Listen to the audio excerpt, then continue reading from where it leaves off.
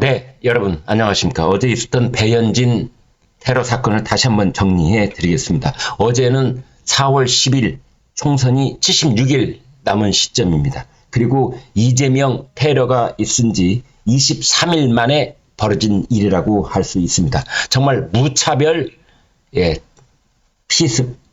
여러분 그 영상 다 보셨지만은 쓰러져서 저항을 하고 손을 이렇게 올리고 얼굴을 가리는 배현진 의원을 향해서 그냥 마구잡이로 돌멩이를 휘두르는 그런 모습, 끔찍한 영상을 우리는 볼 수 있었습니다. 극단적인 그러한 증오, 그러한 정치 문화, 여기에 휩쓸린 정치인 겨냥한 테러가 아닌가 이렇게 볼 수가 있는 겁니다. 이 아이가 중학교 2학년 나이랍니다. 15살, 14살 뭐 그쯤 되는 나이이겠지요. 중학교 2학년. 이 아이가 뭘 알겠습니까? 우리 사회에 대해서 뭘 알겠으며 또는 이 아이가 가지고 있는 정치적인 이 의식이 어느 정도인지 정말 무섭고 끔찍한 일이 아닐 수가 없습니다.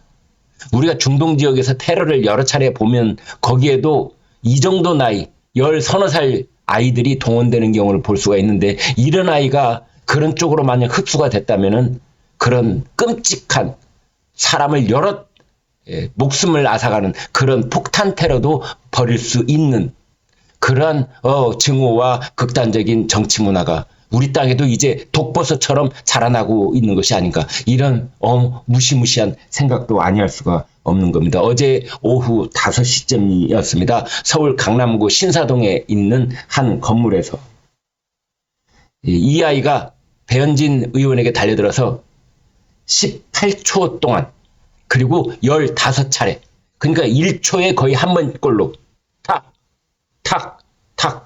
이렇게 가격을 했다. 돌멩이를 휘둘렀다.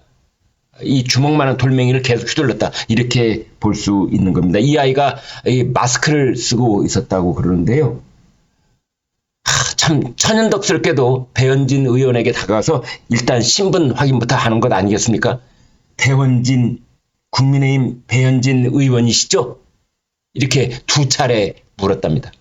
선거를 앞둔 국회의원 누가 자신을 물으면 네 안녕하세요 라고 대답을 하잖아요. 배현진 의원도 안녕하세요. 자기 지지자인 줄, 자기 지역구의 유권자인 줄 또는 늘 텔레비전에 얼굴이 나오는 사람이기 때문에 그리고 그 전에 MBC에서 방송인, 아나운서 기자였기 때문에 내 얼굴을 알아보는 분들이 여기 있구나. 또 국민의힘 의원이니까 강남구에는 그런 분들이 또 많이 사시겠지라고 안녕하세요 하고 미소를 먹으면서 담내하는 인사를 했던 건데 그때 퍽 하고 공격이 시작됐던 겁니다.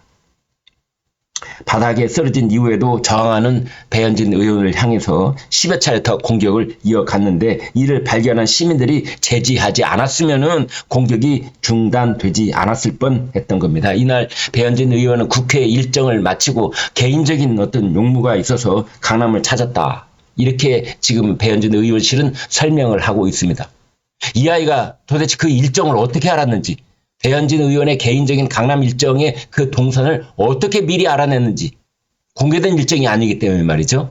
그런 점도 수사 과정에서 속히 밝혀내야 될 것으로 보입니다. 습격 현장에는 성인 손바닥만한 돌이 떨어져 있고 옆에 조그만 돌 조각이 있었다는 거 아닙니까? 성인 손바닥만한 이런 돌멩이를 휘둘렀다는 건데 얼마나 세게 휘둘렀으면 여기 돌 조각이 떨어져 나갈 정도였는가 뭐 이런 얘기도 있습니다. 다행히 상처가 치명적이지 않고 1cm 열상이 있었다고 합니다. 열상이라는 말을 들으면은 또 이재명 대표가 떠오르는데요.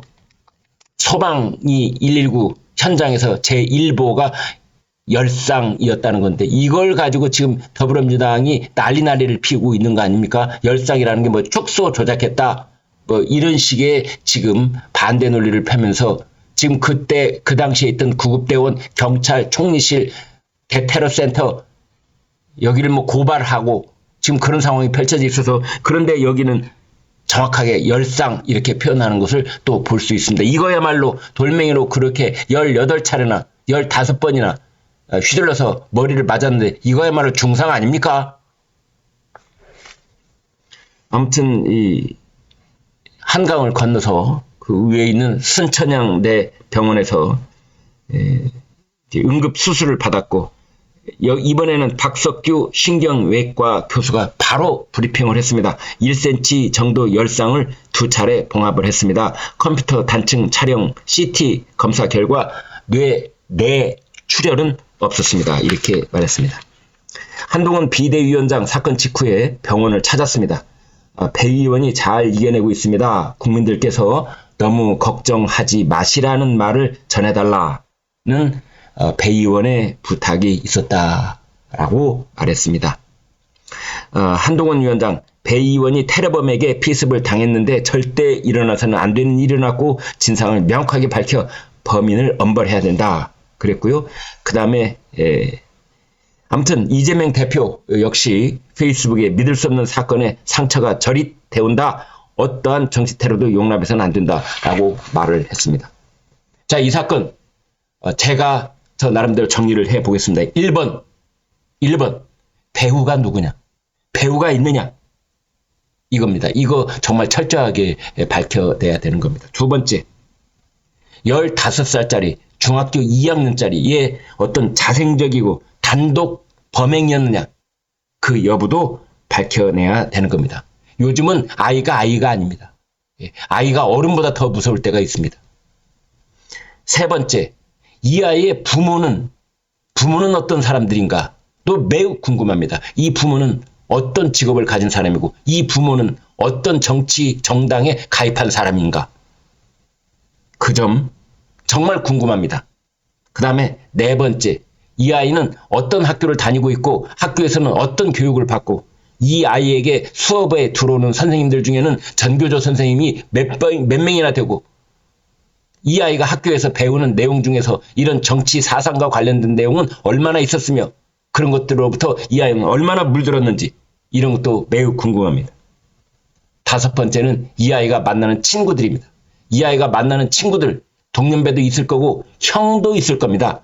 이 아이가 만나는 형, 이 아이가 만나는 친구들 중에 이런 비슷하게 정치적 활동이나 정치적 사상에 물들어 있는 아이가 얼마나 되는지 그런 것도 이번 기회에 그냥 지나가서는 안 될 것이라고 생각합니다.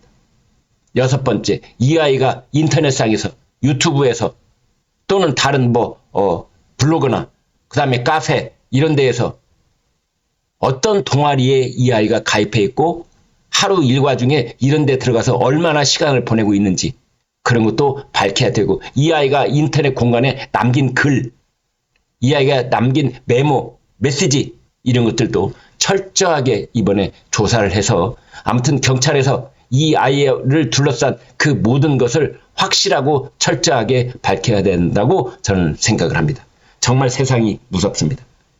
이 아이의 배후, 구체적인 어떤 인물 배우가 있을 수도 있지만 일단은 저는 우리나라 정치권이 이 아이의 배우다. 우리나라 정치권 극단화되고 증오와 혐오를 심어놓는 우리 정치권이 바로 이 아이의 배우다. 라는 생각을 하고 우리 사회가 이 아이의 배우일 것이다. 라는 생각을 하게 됩니다. 고맙습니다.